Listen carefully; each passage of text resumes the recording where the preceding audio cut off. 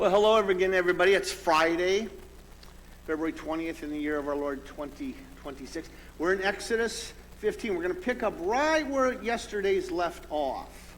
The Red Sea story, praising them. And I want to read this passage, Exodus 15, 22 to 24. Then Moses led Israel from the Red Sea, and they went into the desert of Shur. For 3 days they traveled in the desert without finding water. When they came to Marah, they could not drink its water because it was bitter. That is why the place is called Marah. Verse 24. So the people grumbled against Moses, saying, what are we to drink? Think about it. 3 days before the sea opens up, they cross through to salvation. The sea closes on the Egyptian military. They're in a way saved, not maybe spiritually, but they're saved. And they're in all. And now, 3 days later, they're complaining.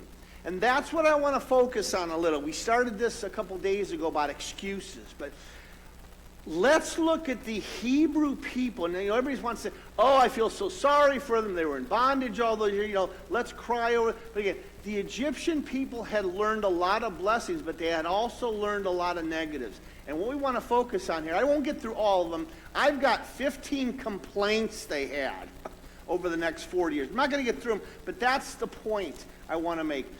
We grumble at times. We complain. Even I'm guilty of that.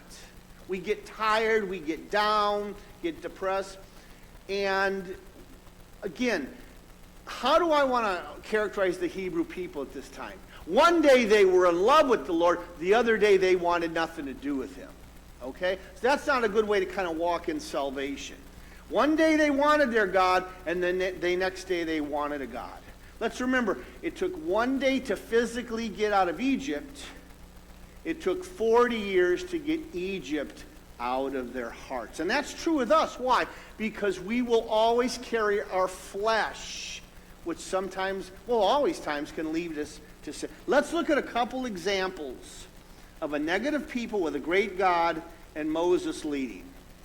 I'm going to begin Exodus 5. Verse 22. Moses goes to Pharaoh and says, let my people go out in the desert and worship 3 days. Pharaoh says no. And he says, first of all, now I'm not even going to give you any straw to make the bricks. Now, you would think the Hebrew people would be on Moses and say, Moses, what did you do? You've made it harder on us. And that got Moses so riled up, he went back to God and started complaining. What are you trying to do? So let's just kind of watch how this plays out. Exodus 14, the Red Sea we talked about a few days ago. Hear this, they're at the Red Sea and they see Pharaoh's army and they suddenly start complaining. You brought us all the way down here to die. And what happens? God opens that beautiful Red Sea and they cross. I just read you the passage 3 days later. They're complaining about bitter water. God provides them sweet water. God will always be our provision and our provider if we trusted him. Exodus 16, the people complained about being hungry. What did God give them? Let's think about this. He gave them manna and he gave them quail to eat. Excuse or complaint 5. I'm thirsty, God. He gave them water again, Exodus 17. And then God starts doing something with their complaints. He starts punishing them. So be careful if we complain.